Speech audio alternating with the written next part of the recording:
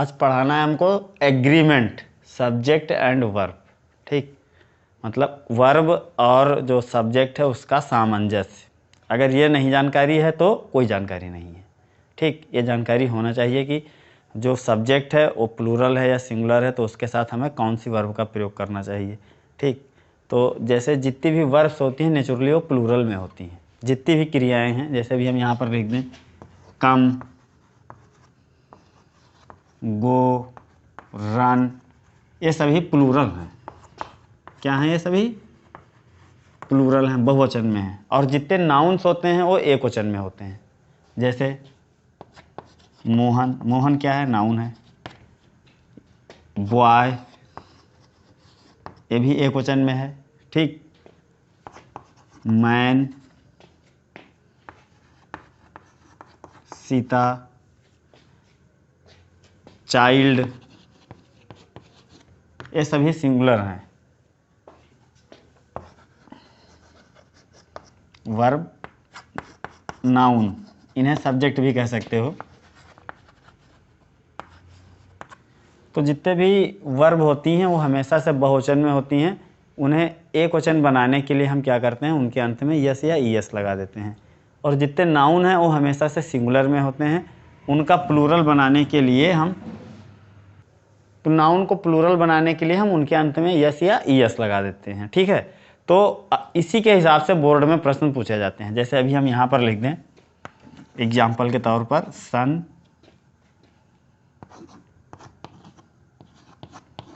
Rise in the east, sunrise in the east. अब sun जो है आपका यहाँ पर क्या है? सब्जेक्ट है, नाउन है।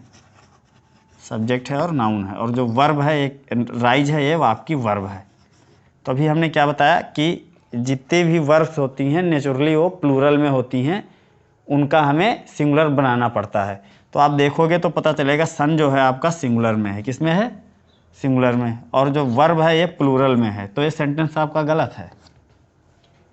गलत है ना, क्योंकि हम एक वचन के कर्ता के साथ एक वचन की क्रिया का प्रयोग करेंगे, लेकिन यहाँ पर एक वचन के कर्ता के साथ बहुवचन की क्रिया का प्रयोग है।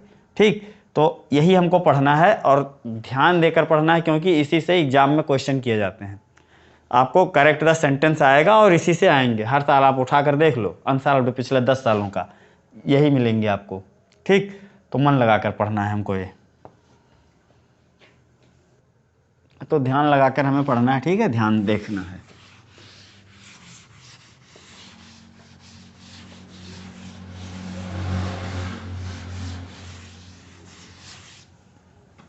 इसका एक फार्मूला है SSPP।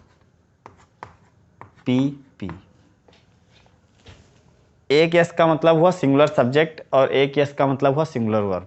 ठीक, मतलब एक वचन कर्ता के साथ एक वचन की क्रिया। जैसे एग्जाम्पल में हम लिख रहे हैं पहला मोहन।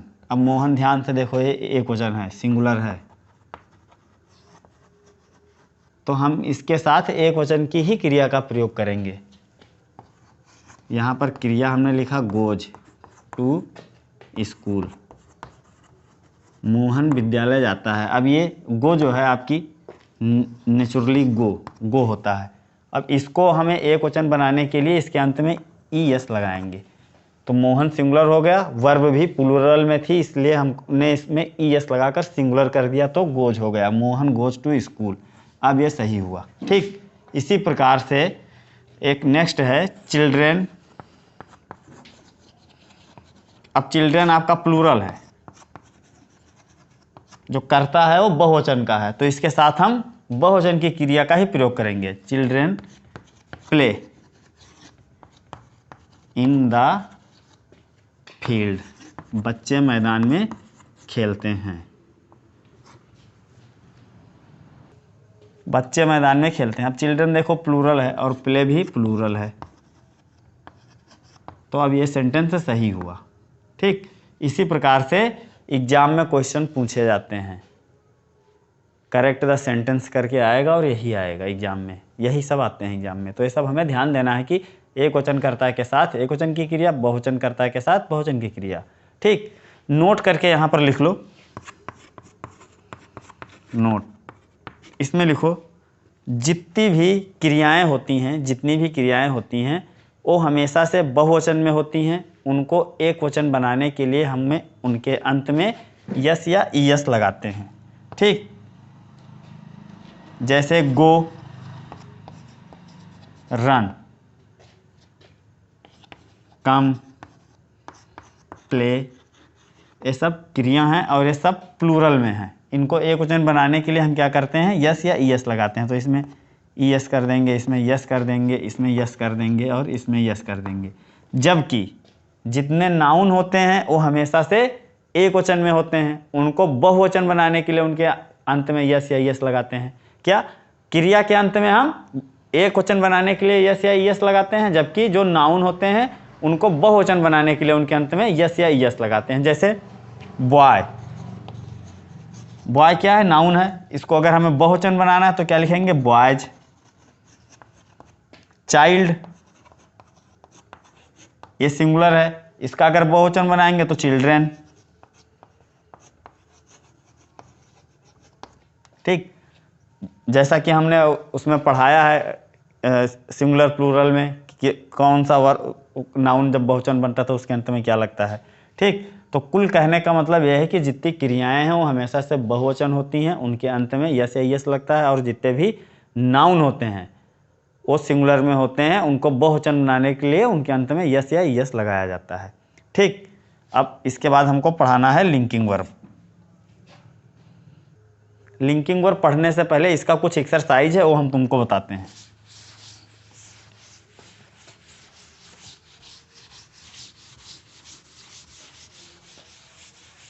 एक्सरसाइज है आपका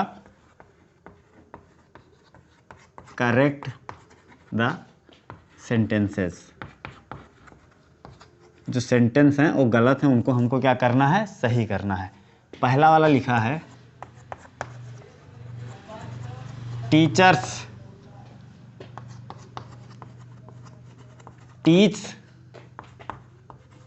इन द क्लास। इसमें ढूंढना है गलत क्या है।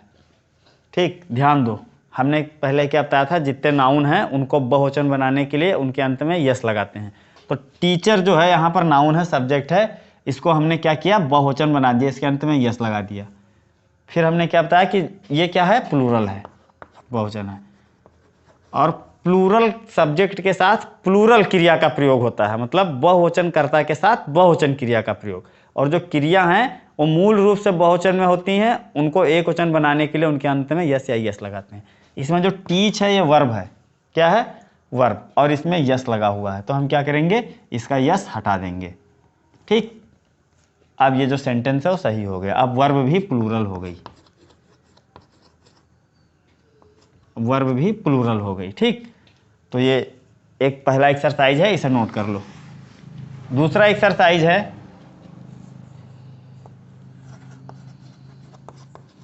सरला cook food.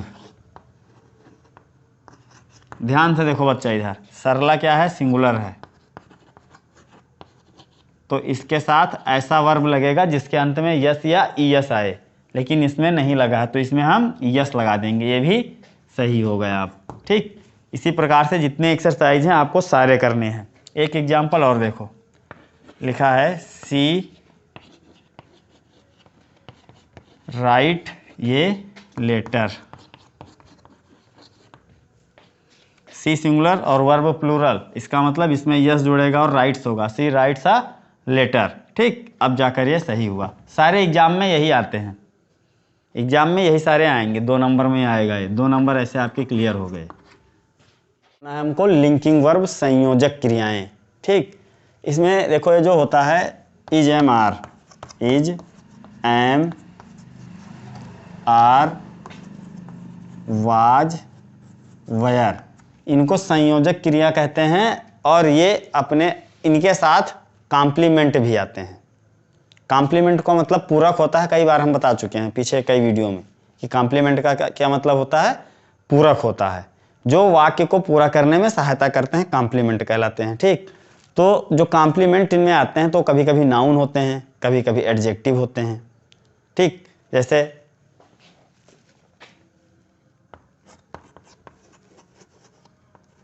Hari is happy. हरी खुश है। हरी और हैप्पी को जो क्या कहते हैं, संयोजन कर रहा है, इज लिंक कर रहा है। लिंक का मतलब क्या होता है, जोड़ना। लिंक का मतलब क्या होता है, जोड़ना।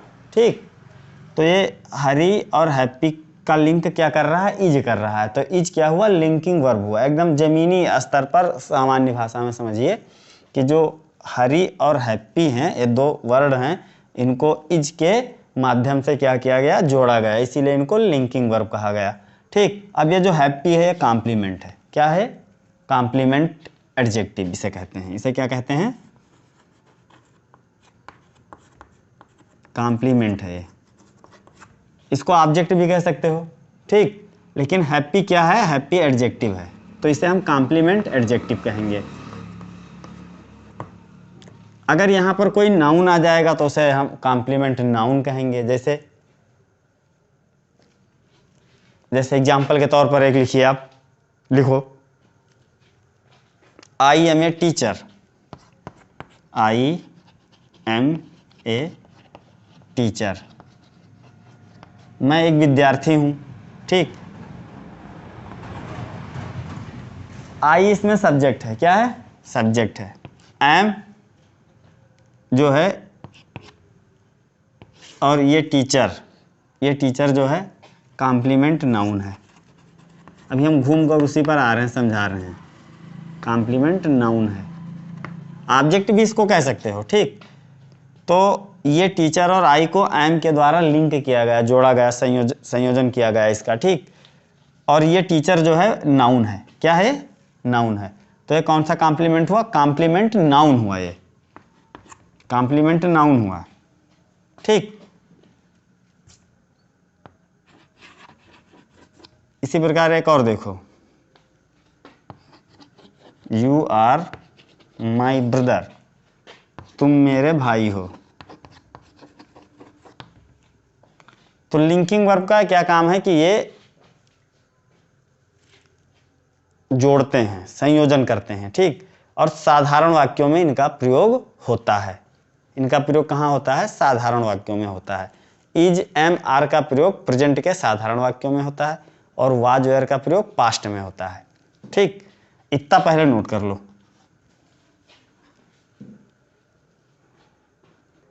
इनके अतिरिक्त कुछ और अन्य क्रियाएं भी हैं जो इसमें आती हैं लिंकिंग वर्ब में, जैसे लुक,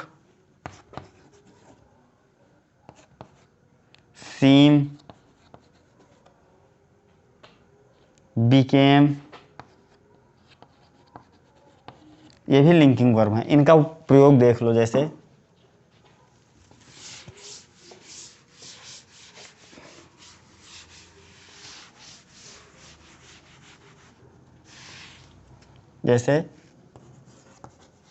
यू लुक